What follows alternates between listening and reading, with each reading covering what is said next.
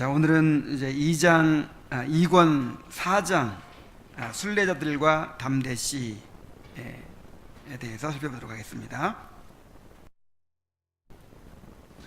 자, 2장에서는 이제 해석자의 집을 나서서 본격적으로 순례의 여정을 시작하는 크리스티나와 또 그 일행들에게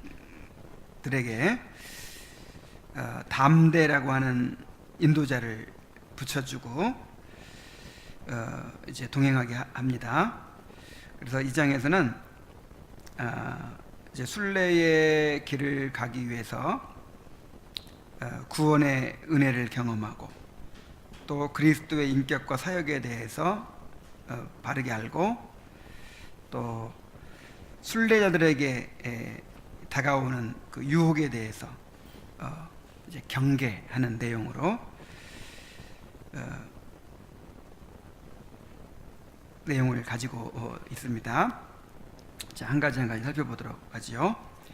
자, 이튿날 그들이 떠나려고 하자 해석자는 당신들은 순서를 밟은 다음에 떠나야 합니다 라고 하면서 처음 문을 열어주었던 처녀에게 이분들을 정원에 있는 목욕탕으로 모시고 가서 여행 도중 뒤집어 쓴 먼지와 때를 말끔히 씻어드리도록 하라고 했습니다. 자, 그래서 목욕을 하고 나니까 온몸이 깨끗해지고 마음도 상쾌해지고 뼈마디에 생기가 돌고 힘이 솟고 그래서 목욕을 하고 나온 그들의 모습은 한결 더 아름답게 보였다 그랬어요. 순서를 밟은 다음에 떠나야 된다. 이 말이 무슨 말이겠어요? 우리가 순례의 길을 가기 전에 경험해야 될 것이 있다는 것이죠. 목욕을 하고 와야 돼요. 목욕을 하고. 그 목욕이 무엇입니까? 이 목욕하는 것은 죄사함의 체험을 가리킵니다. 이 좁은 문으로 들어왔을 때 이미 죄사함 받은 것이죠. 좁은 문에 이미 들어온 것이 죄사함 받은 건데 또 목욕을 하는 것은 무엇입니까? 이것은 그 죄사함을 이제 체험하는 거예요.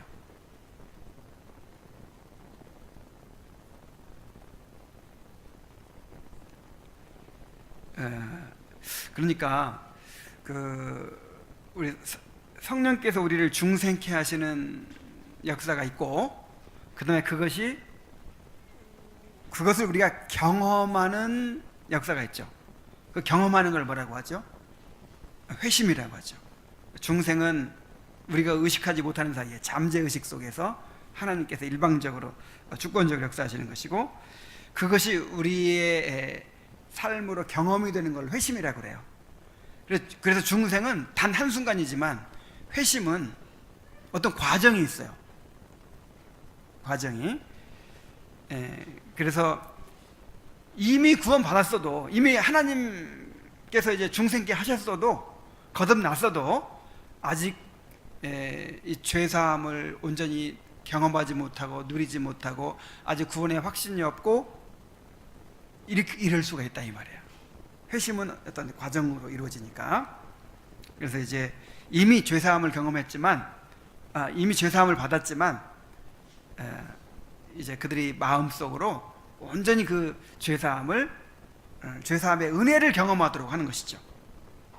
그래서 마치 목욕한 것처럼 2박 3일 동안 지리산 종주하고 나서 이제 내려와 가지고 그 목욕탕이 있더라고요. 목욕탕. 그 남원에 그 목욕탕에 가서 2박 3일 동안 엄청나게 옷도 못 갈아입고 내의도 못 갈아입고 양치질을 제대로 못했어요. 물 아껴야 된다 그래가지고 그냥 그렇게 막 머리도 못 감고 세수도 못하고 이런 몸을 그 목욕을 딱 하고 얼마나 그 따뜻한 물에 담그고 하는 것이 좋았는지 지금까지도 잊어버리질 않아요. 그 느낌이 아마 그런 느낌이었을 것 같아요.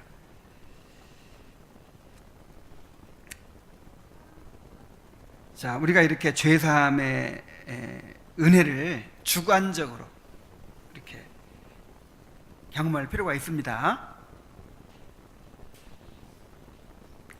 자, 그들이 목욕을 하고 돌아오자 해석자는 그들에게 목욕하는 자들에게 찍어주는 도장을 찍어주어 그들이 어디를 가든지 사람들이 알아볼 수 있게 하였다. 이 도장은 이스라엘 자손들이 애굽을 나올 때 먹은 유월절 떡의 내용이요 요체인데, 도장의 표는 양 미간에 찍었다. 이 표시는 얼굴의 장식이 되어 그들의 아름다움을 한결 빛내고 그들의 품격을 한층 높여 그들의 용모를 마치 천사처럼 만들어 주었다 그랬어요. 자, 도장을 찍어줬다는 거예요. 목욕하고 오니까 목욕한 자들에게만 찍어주는 도장, 죄사함 받은 자들에게만 찍어주는 도장. 이 도장은 표죠. 표를 해주는 건데, 이 양을 내 소유라고 이렇게 낙인을 딱 찍어서 표하듯이 하나님께서 자신의 소유라고 딱 이렇게 인을 쳐주시는 거예요. 그래서 나도 알고 남도 알고 이것은 나는 하나님의 소유다 하는 것을 이제 알 수 있도록 해주시는 건데, 자, 이것이 무엇을 의미하겠습니까? 자, 인치는 역사는 성령을 통하여 구원의 확신을 갖게 하시는 것입니다. 에베소 1장 14절에 보면은 그 안에서 너희도 진리의 말씀 곧 너희의 구원의 복음을 듣고 그 안에서 또한 믿어. 자, 믿기까지 했어요. 이제 믿음까지 있어요. 그런데 약속의 성령으로 인치셨다 그랬어요. 성령을 통해서 이제 그 구원을 확신하게 하는 것이죠. 구원의 확신을 성령님이 주시는 것입니다. 성령님께서 구원의 확신을 주시는 방법은 어떻게 주시죠? 이 성령께서 이루시는 어떤 열매들을 통해서 확인하게 하시고, 그 다음에 주관적으로 또 증거해 주세요. 우리가 하나님의 자녀인 것을 성령께서 우리 영으로 더불어 증거하신다 그랬어요.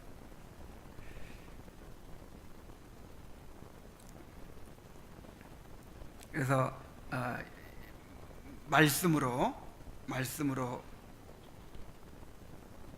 이제 증거해 주시고, 그 다음에 우리 삶에 드러나는 여러 가지 열매들로 또 증거해 주시고, 그 다음에 성령께서 직접 증거해 주세요. 나는 구원받은 사람이야, 나는 하나님의 자녀야, 이렇게 느끼도록, 깨닫도록 그렇게 해 주십니다. 자, 그래서 인을 이렇게 쳐주시는 거예요. 성령 자체가 하나님께서 우리에게 주신 인이라고 했어요. 자, 그래서 이렇게 목욕을 하고 인침을 딱 이제 받고 가라는 것이죠. 순서를 밟은 다음에 떠나야 된다. 그래서 이렇게 정말 죄사함의 은혜를 깨닫고 체험하고 또 구원의 확신을 가지고 그렇게 순례의 길을 가야 합니다. 또 해석자는 시중 두는 처녀에게 이들이 입을 겉옷을 가져오게 하였는데 그 옷은 희고 깨끗한 세마포 옷이었다. 여인들은 그 옷으로 단장을 하자 서로의 영광이 너무 빛나 바라볼 수 없었기 때문에 서로 놀라움에 몸을 떨었다. 그들은 서로가 상대방이 자기보다 더 아름답다고 세워주었다. 자, 겉옷, 희고 깨끗한 세마포 옷을 이렇게 입혀주니까 그 영광이 너무 빛나가지고 막 서로를 바라볼 수 없었다고 해요. 그래서 몸을 떨었다는 거예요. 그리고 서로가 자기보다 더 아름답다고 막 서로를 세워줬다는 거예요. 이것이 무엇이겠습니까? 바로 칭의에 대한 비유죠. 몸을 떨었던 이유는 자격 없는 자에게 이토록 완전한 그리스도의 의를 입혀주었기 때문입니다. 자, 이건 지금 주로 주관적인 경험들을 말하고 있는 거예요. 죄사함이라든지 또 인치시는 역사라든지, 그 다음에 이 칭의에 대한 역사라든지 이미 그렇게 됐어요. 그죠? 이미 좁은 문에 들어올 때 그렇게 된 거예요. 근데 이것이 이제 체험이 되는 것이죠. 요한계시록 19장 8절에 보면은 그에게 허락하사 빛나고 깨끗한 세마포 옷을 입게 하셨은즉 이 세마포는 성도들의 옳은 행실이로다 그랬어요. 성도들의 옳은 행실. 그러니까 이 세마포가 성도들의 옳은 행실이다 라고 표현한 것은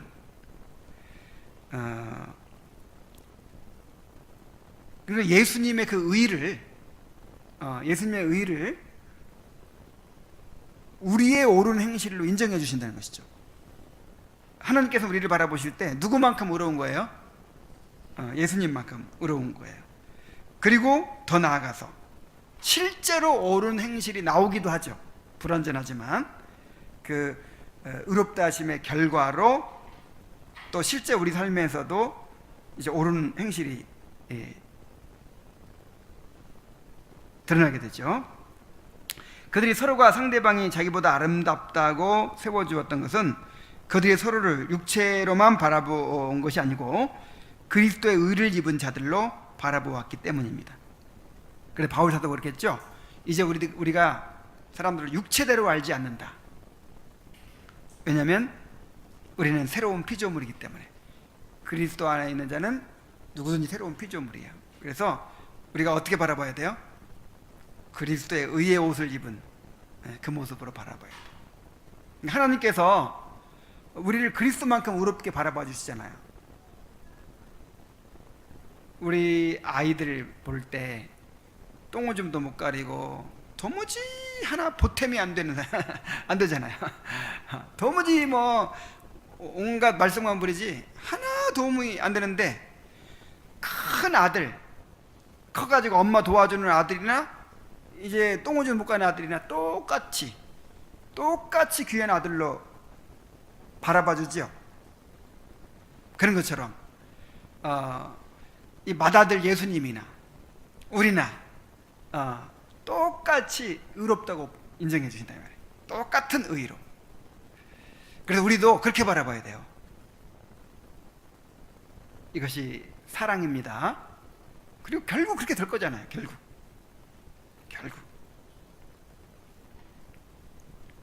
자, 그리고 나서 이 담대라는 이름의 남자 하인을 불러 그의 긴 칼과 투구 방패로 무장하게 한 후 나의 이 딸들을 다음번 쉬는 장소인 아름다움의 집으로 안내해드려라 하고 명령을 했습니다. 이 담대가 누굴까요? 이 담대를 어떤 사람들은 목회자다 이렇게 보기도 하고, 그런데 목회자라고 보기에는 너무 완전해. 그래서 이 성령님으로 봅니다. 성령님. 아니, 해석자도 성령님인데 담대도 또 성령님이에요. 맞습니다. 담대 역시 보혜사로서 우리와 동행하시는 성령님을 가리켜요. 성령님이 자신을 우리에게 주시는 것을 의미하죠.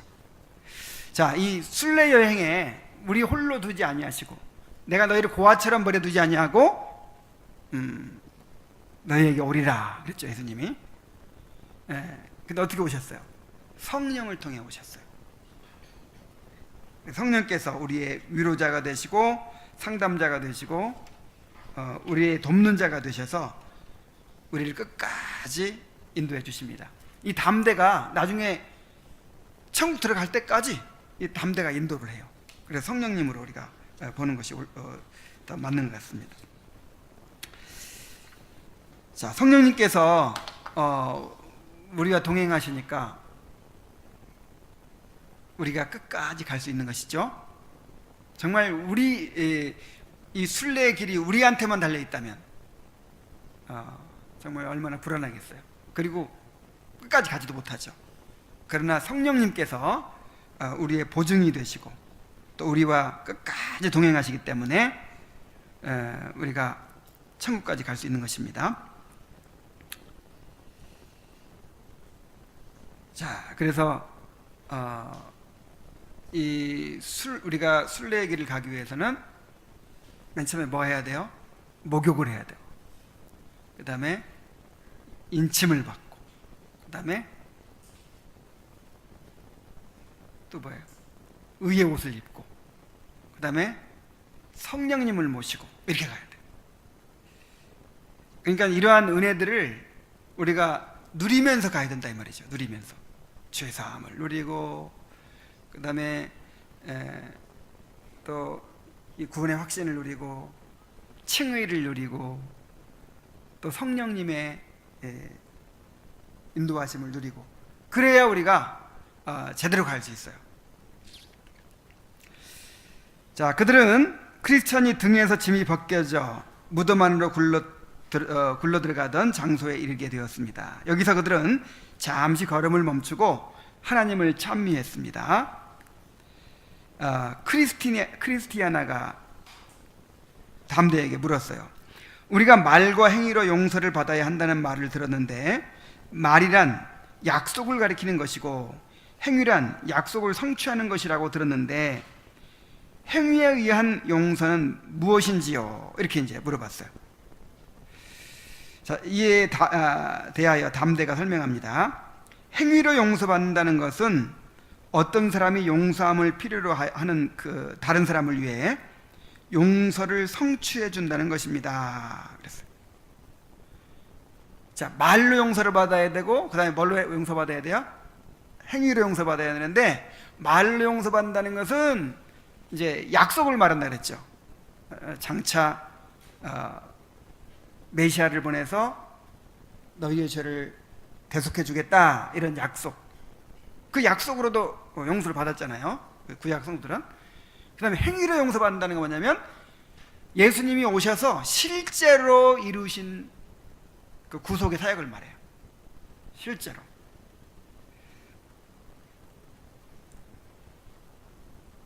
자, 그런데 예수님은 이중적인 방식으로 구원을 성취하셨습니다. 첫 번째는 당신들을 감싸주시기 위해 의를 행하신 것이요, 두 번째는 당신들을 씻기시기 위해 피를 흘려주신 것입니다. 그랬어요. 자, 이중적으로 구원을 성취하셨다. 이중적으로 구원을 성취하셨다. 한 가지는 뭐라고요? 우리를 감싸주기 위해 의를 행하신 것이고, 두 번째는 우리를 씻기시기 위해 피를 흘려주신 것이다. 자, 이것이 무엇을 말하는 것일까요?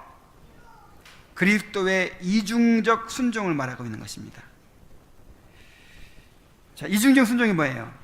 능동적 순종과 수동적 순종을 말하는 거예요.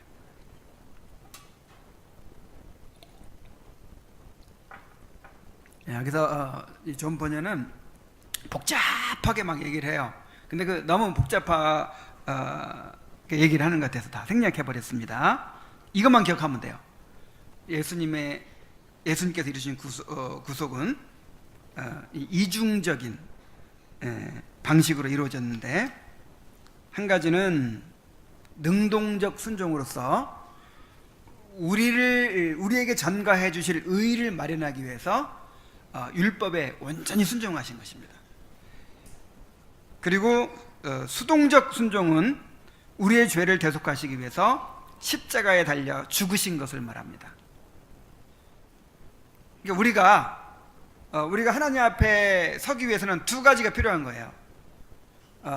첫째는 죄사함 받아야죠. 죄가 있으니까. 그럼 죄사함만 받으면 하나님 앞에 설 수 있나요?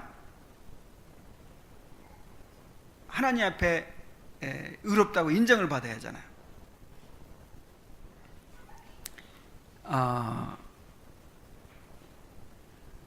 그래서 십자가에 달려 죽으신 것은 수동적 순종으로서 우리의 죄를 이제 대속하신 것이고, 그 다음에 예수님께서 율법 아래 나셨다고 했잖아요.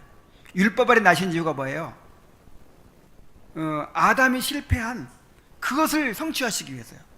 아담은 순종에 실패했죠. 근데 둘째 아담으로 오신 예수님은 완벽하게 순종하셨어요. 그래서 의를 획득하셨단 말이에요. 근데 예수님 자신을 위해서는 의가 필요 있어요, 없어요? 없죠. 예수님은 원래부터 완전하신 분이에요. 인성으로나 신성으로나 완전하신 분이고 하나님 앞에 의로우신 분이에요. 신성 자체가 이 의로움이라는 속성을 가지고 있죠. 신성 자체가. 그래서 예수님한테는 의가 필요 없어요. 다른 의가 필요 없어. 그런데 일부러 우리 위치까지 내려오셔서 우리의 대표자가 되셔가지고 아담이 실패했던 그 순종을 완전히 이루신 거예요. 완전히. 그래서 의를 획득하셨어요. 이 의는 누구를 주기 위한 의였을까요? 우리에게 전가해 주시기 위한 의죠.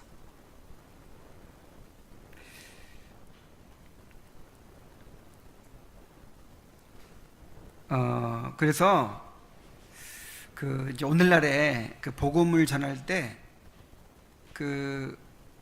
이 수동적 순종만 얘기하죠. 이 능동적 순종에 대한 얘기는 없어요. 단지 그냥 예수님의 십자가로 우리가 구원받았다 이렇게만 얘기하잖아요. 이것은 좀 불완전한 거예요. 이게 언약을 몰라서 그래. 언약을. 그러니까 우리 인간의 죄가 단지 그냥 뭐 선악과 하나 먹은 거 아니면 뭐 이런 것이 아니고 언약을 어긴 거잖아요. 행위 언약을 어긴 거잖아요. 그래서 아담이 행위 언약에 순종할 때 이제 하나님 앞에 의를 얻고 영생을 누리잖아요. 그래서 예수님께서 오셔서 구속을 이루신 것은 그 아담의 상태로 우리를 회복시킨 게 아닙니다. 회복이 아니에요. 자, 우리를 아담의 상태로 회복시킨 것이 아니고 아담이 순종함으로 성취했어야 할 그 상태를 이루신 거예요. 이런 개념을 생략해버리는 거예요. 이런 개념을 생략하고 단지 그냥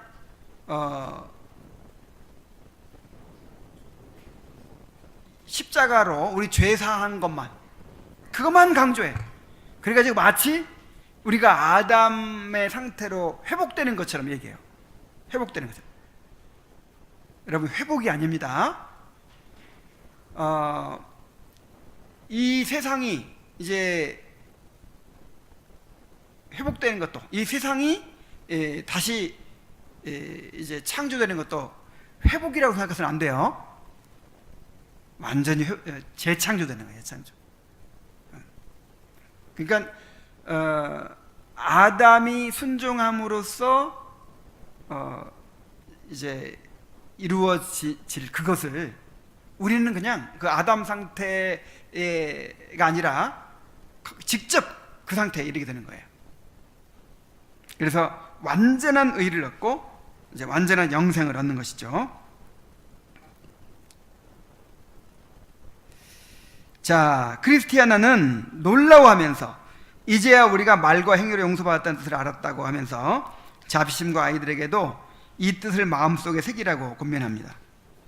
크리스티아나가 제 남편 크리스천이 짐이 여기서 벗겨져 기쁨으로 3번 뛰었다고 하던데 그것도 이 때문이었느냐고 묻자 담대는 바로 이 믿음이 그 전에 어느 것으로도 끊을 수 없었던 짐끈을 끊어버렸던 것이라고 했습니다. 그리고 이 십자가 앞까지 이 짐을 지고 오도록 만든 이유는 그에게 믿음의 힘을 입증하기 위해서였다고 했습니다. 자, 믿음으로 그리스도께 대한 믿음으로 이제 이 죄짐이 떨어져 나간 것이죠. 자, 크리스티아나는 전에도 마음이 가볍고 즐거웠지만 지금 제 마음의 상쾌함과 기쁨은 10배나 크다고 하면서 지금까지는 별로 절실히 느끼지 못했지만 이 세상에서 아무리 무거운 짐을 진지라 할지라도 이 자리에 와서 자신처럼 깨닫고 믿게 된다면 그의 마음도 한층 쾌활해지고 밝아질 것이라고 했습니다. 그러니까 크리스티아나가 지금 구원받은 거 아니죠?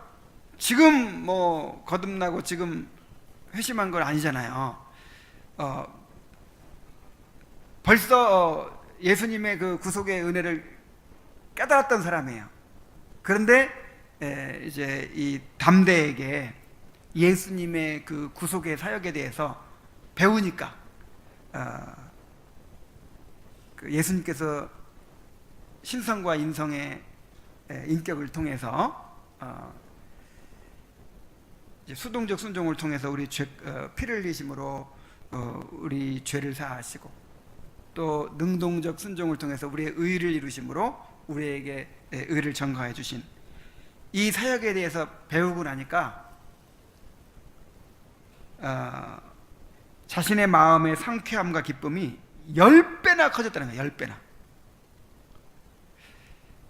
여러분, 우리가 예수님에 대해서 알아가면 알아갈수록 이렇게 우리 마음의 기쁨과 우리 마음의 평안과 위로가 커질 줄로 믿습니다. 배우면 배울수록, 알아가면 알아갈수록 이렇게 커질 거예요. 자, 그렇게 되시기 바랍니다.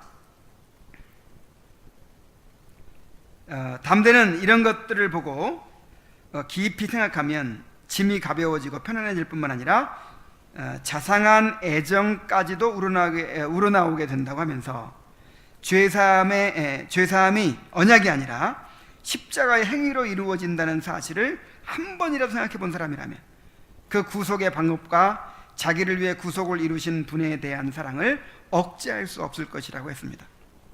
그러니까 죄사함이 그냥 언약으로만 이루어지지 않았다는 거예요. 말로만 이루어지지 않았다는 거예요. 자, 말로도 이루실 수 있겠죠. 하나님이 말로 그냥 너희들 죄를 사하노라 그러면 돼요.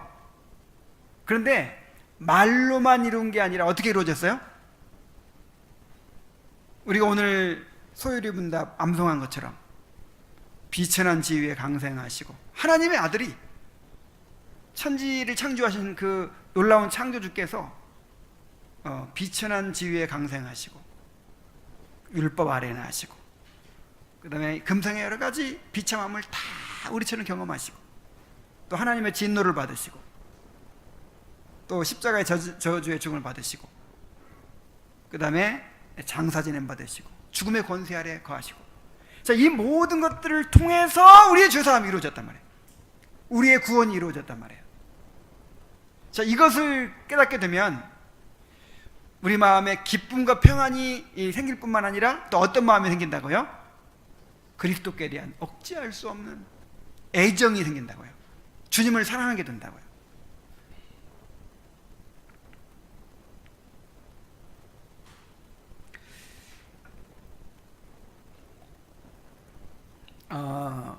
그래서 어떤 사람들은 이렇게 설명하는 사람들이 있어요.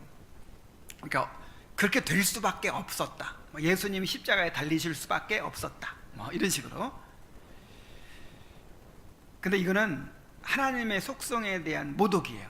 그러니까 하나님은 이렇게 해야만 된다라고 하는 그런 것이 없어요. 하나님은 자유로운 분이에요.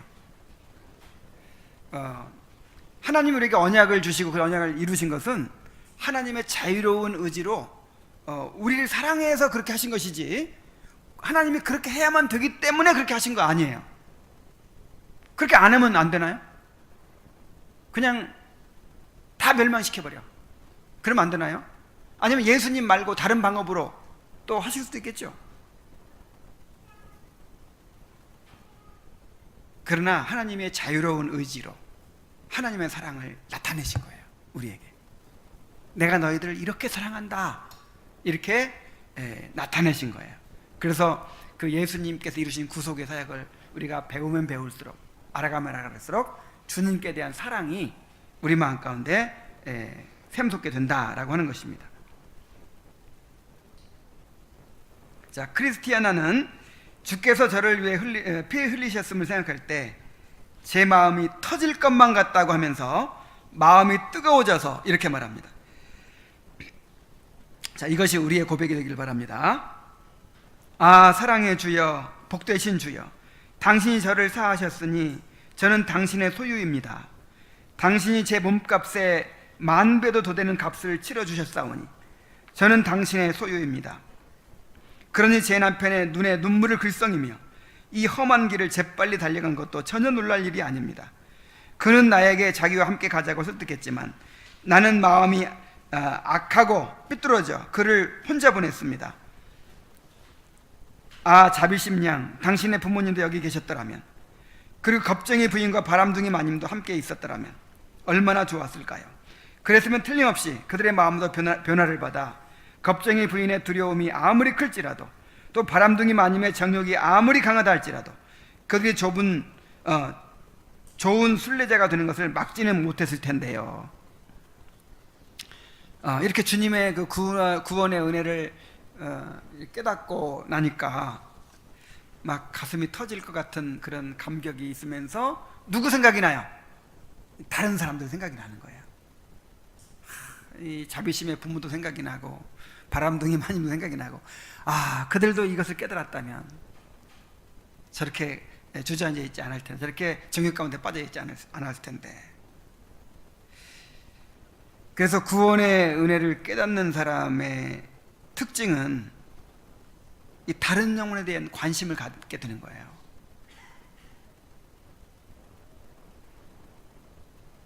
그래서 정말 이 사람이 구원받은 사람인가, 이거를 알아볼 수 있는 방법 중에 한 가지가 바로 그거예요. 내가 너무나도 놀라운 은혜를 경험하고 있기 때문에 나만이 경험한 어떤 특별한 것이 있으면 다른 사람한테 얘기해 주고 싶죠. 하다못해 재밌는 영화를 봤어도 그 영화를 보라고. 뭐 어디 좋은데 구경 갔다 온 사람 뭐라고 그래요? 거기 가보라고. 거기 너무 좋다고 막 그러잖아요. 근데 하물며 그 놀라운 주님의 그 구원의 은혜를 경험했는데 어떻게 다른 사람에 대해서 관심을 갖지 않을 수 있겠어요? 여러분이 정말 주님을 그렇게 경험했다면 다른 사람들의 영혼에 대해서 이렇게 관심을 가지는 사람이 되어야 됩니다. 자, 그러자 담대가 말합니다. 당신은 지금 따뜻한 사랑의 감정으로 그런 말을 하고 있지만 그 감정이 늘 식지 않으리라고 여기십니까? 그리고 이러한 감격은 예수님의 피 흘리심을 본다고 다 느끼는 것은 아닙니다. 예수께서 흘리시는 피가 심장에서 바닥으로 떨어질 때 곁에 서서 이를 보는 사람들 중에는 애곡하는 사람들도 있었지만 그를 조롱하는 사람들도 있었습니다. 그들은 제자가 되는 대신 주님에 대해 마음을 완악하게 먹었습니다. 그러므로 당신들이 이 모든 은혜를 받게 된 원인은 내 말을 진지하게 받고 묵상함으로써 특별한 인상을 받았기 때문입니다. 암탉이 일반적인 부름을 부를 때에는 병아리들에게 아무런 먹이도 주지 않는다는 사실을 기억하십시오. 지금 당신들이 감격을 느끼는 것은 주님의 특별한 은총에 의한 것입니다. 자, 지금 크리스티아나가 그 예수님이 이루신 구속에 대해서 듣고 나서 감격하고 있어요. 그런데 이것에 대해서 이제 이런 말을 하는 거예요. 이것은 주님의 은혜다. 예수님이 십자가 달리실 때 많은 사람들이 그 예수님이 십자가 달리시는 모습을 봤지만 왜 십자가 달리시는지 깨닫지도 못하고 그 주님에 대해서 마음 아파하지도 못했죠. 오히려 조롱하고 그 흉악한 죄인처럼 여기고 막 그렇게 욕하고 막 그랬잖아요, 사람들이. 그런 것처럼 그 예수님의 십자가에 대해서 늘 듣고 알아도 이 성령께서 주시는 은혜가 없으면 무감각하게 되는 거예요. 그래서 예수님의 십자가의 구속의 은혜를 깨닫는 것은 하나님의 은혜라는 거예요. 근데 은혜는 무엇을 통해 옵니까? 이 모든 은혜를 받게 된 원인은 내 말을 진지하게 받고 묵상함으로써 특별한 인상을 받았기 때문입니다. 그렇죠. 말씀을 통해서 오는 거예요. 계속해서 이 말씀을, 복음의 말씀을 듣고 그 말씀을 진지하게 받고 묵상함으로써 이제 이렇게 감동을 받는 것인데, 이것은 누가 주신 은혜예요? 성령님이 주신 은혜예요. 그래서 또 이제 그 일반 은혜와 특별 은혜를 또 얘기하죠. 암탉이 일반적인 부름을 부를 때에는 병아리들에게 아무런 먹이도 주지 않는다는 사실을 기억하십시오. 지금 당신들이 감격을 느끼는 것은 주님의 특별한 은총에 의한 것입니다. 그래서 주님의 은혜가 아니면 깨달을 수가 없어요. 은혜를 갈망하시기 바랍니다. 말씀을 들을 때 단지 그것이 정말 인간적인 교훈으로도 우리가 감동받잖아요.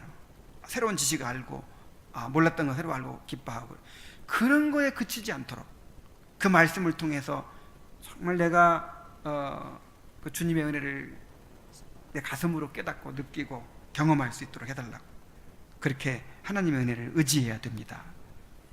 그리고 우리가 주님의 은혜를 이렇게 알아가고 있다는 것은 그리스도를 점점 소중하게 여기고 그리스도를 갈망하고 있다고 하는 것은 하나님의 특별한 은혜예요. 하나님께서 은혜를 주셨기 때문에 그 은혜를 계속 구하시기 바랍니다.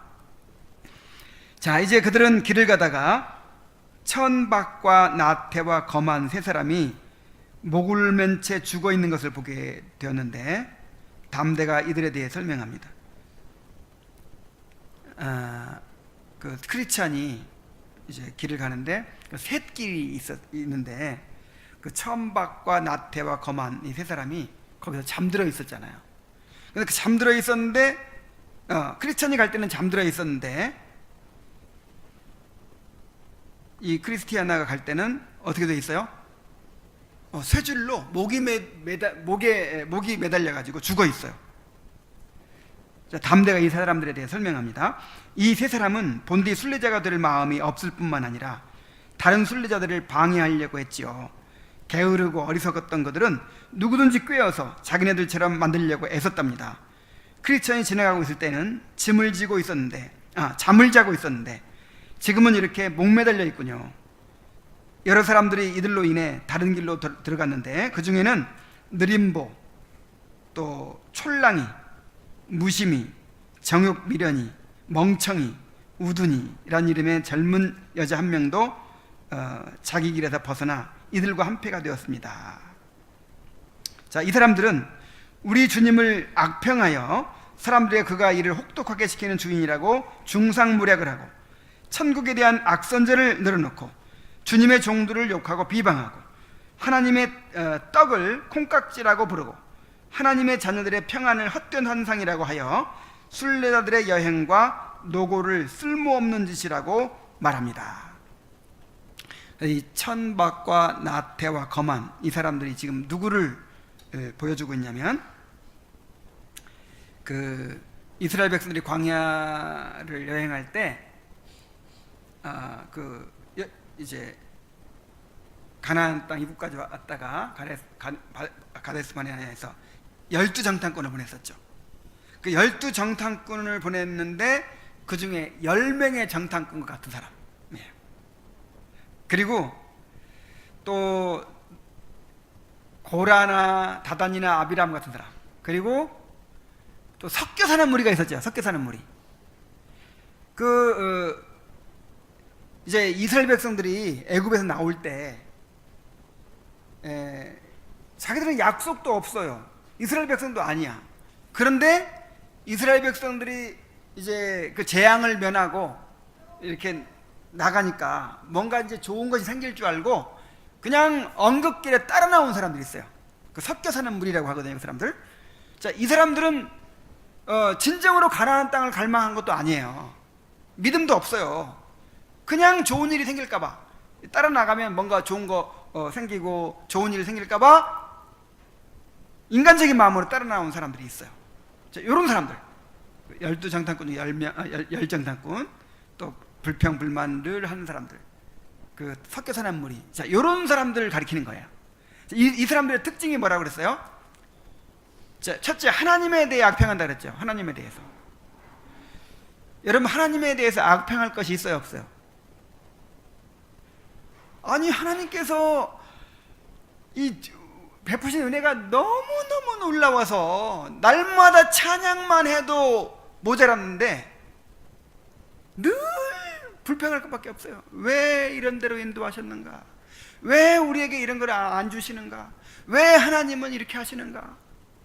진짜 이런 사람들이 있어요. 뭔가 이렇게 교제를 하면 감사나 찬양이 나오고 다른 사람들로 하여금 하나님을 향하여 막 마음이 뜨거워지게 만들고 그러는 게 아니라 찬물을 끼얹는 것처럼 하나님 믿어도 돈 있어야 돼. 교회 다녀 돈 있어야 돼. 뭐 하나님 믿는다고 해도 뭐 어려움만 있고 뭐 그렇게 하나님의 그 섭리나 하나님의 그 행하시는 일에 대해서 악평을 해요. 악평을. 그리고 그렇게 듣고 나면 어때요? 그냥 이렇게 다 이렇게 꺾이죠. 의지가 꺾여요. 이렇게 침체가 돼. 영적인 침체가 돼. 그런 사람하고 교제하지 마세요. 그런 사람하고. 그 다음에 또 누구에 대해서 악평해요? 주의 종들에 대해서도 악평한다고 그랬어요. 주의 종들에 대해서. 그래서 그 이스라엘 백성도 보세요. 모세에 대해서 늘 원망하잖아요. 모세가 이렇게 했다. 모세가 저렇게 했다. 모세가 뭐 구스 여인과 결혼을 했다. 그 약점을 찾아가지고 모세 혼자만 잘난 척한다. 그 다음에 또 뭘 악평해요? 하나님이 주신 떡 만나 이거야. 맨날 만나면 먹어.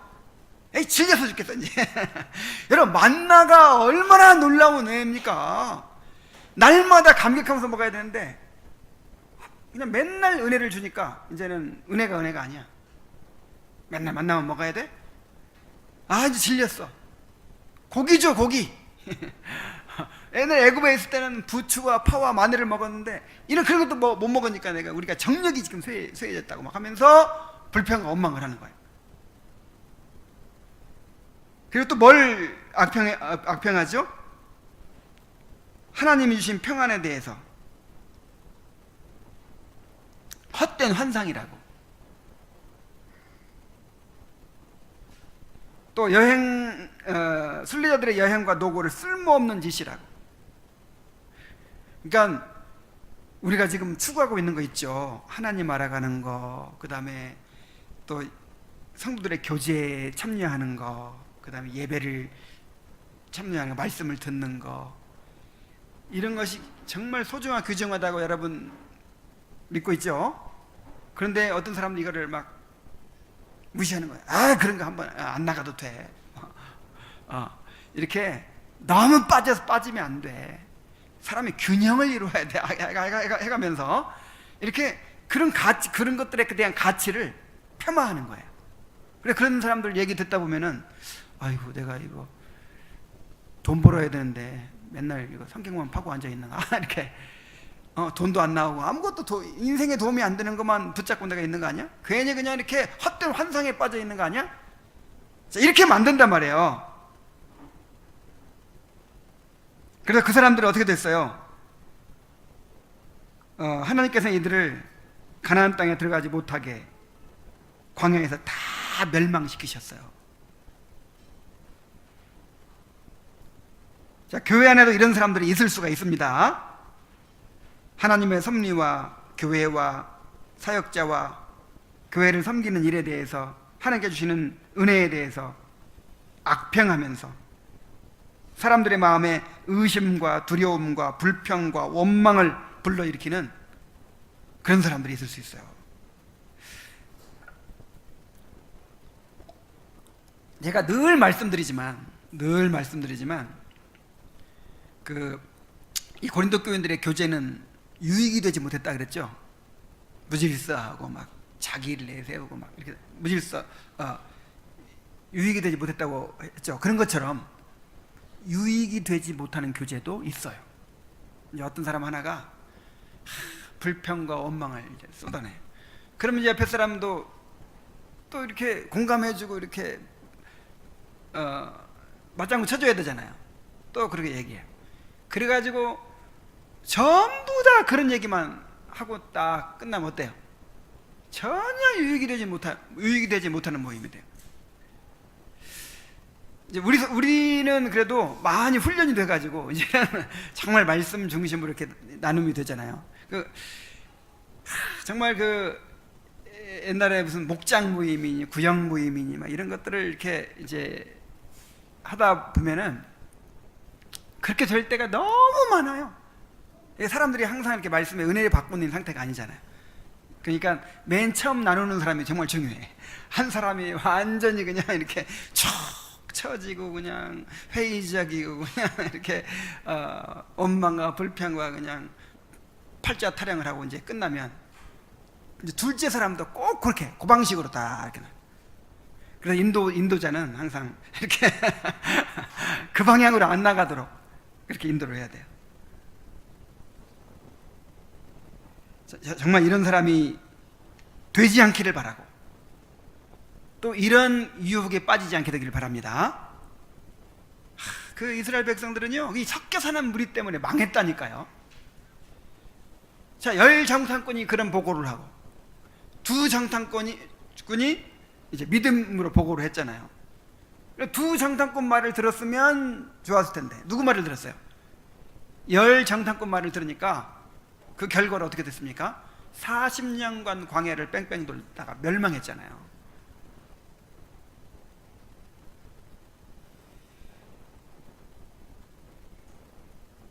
열 정탐꾼의 말도 일리가 있어요.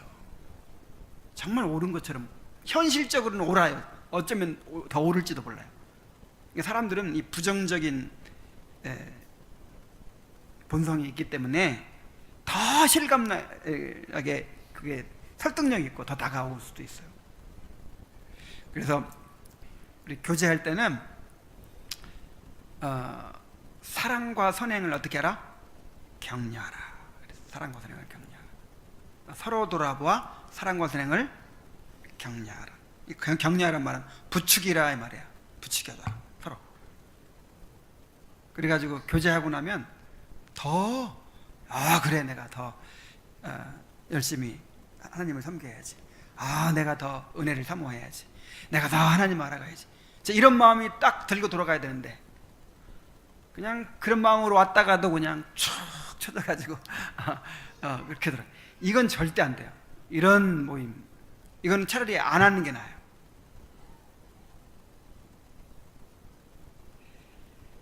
자, 우리가 순례의 길을 가면서 그 기초가 중요합니다. 그 기초가 뭐냐면 이 구원의 감격이죠. 죄사함의 은혜를 누리고 그 다음에 칭의의 은혜를 누리고 구원의 확신을 누리고, 자, 이것이 기초예요. 기초. 자, 이런 은혜가 충만하기를 바랍니다. 그래서 이런 은혜를 잃어버리면요 우리가 이제 여비가 떨어지는 거나 마찬가지예요. 차비가 하나도 없어지는 거나 마찬가지예요. 어떻게 가요? 그래서 다윗이 그런 걸 잃어버렸을 때 기도했잖아요. 주의 구원의 즐거움을 내가 회복시켜 주시고 자원하는 심령을 위해서 나를 붙드소서. 항상 이런 은혜를 소중히 여기고 붙들게 되길 바랍니다. 그리고 이제 또 적극적인 면에서는 그런 은혜를 구해야 되겠고, 또 소극적인 면에서는 그런 이 나태와 천박과 거만 같은 그런 사람들의 유혹에 빠지지 말아야겠죠. 육신적인 사람들, 아주 세상적인 사람들, 정말 그렇게 내 믿음을 손해보게 만드는 사람들, 자, 그런 사람들의 그 유혹에 빠지지 않고 우리의 믿음을 지키고 은혜를 잘 보존해야 될 줄로 믿습니다. 기도하겠습니다. 하나님 아버지, 본격적인 순례 여행을 떠나기에 앞서서 목욕을 시켜주고 이마에 인을 쳐주고 그 다음에 또 세마포 흰 옷을 입혀주었던 것처럼 우리도 세상에서 주님의 백성으로 살아가기 위해서 구원의 감격과 확신과 은혜를 허락하여 주옵소서. 우리가 이러한 은혜를 잃어버리지 않게 하여 주시옵소서. 또한 늘 우리의 믿음을 약화시키고 우리의 은혜를 소멸시키려고 하는 마귀의 유혹들이 있습니다. 나태와 천박과 거만 같은 그런 사람들의 교제가 있습니다. 아버지 하나님, 이런 사람들의 말에 우리 마음이 흔들리지 않게 하시고 은혜를 빼앗기지 않을 수 있도록 인도하여 주시옵소서. 예수님의 이름으로 기도하옵나이다. 아멘.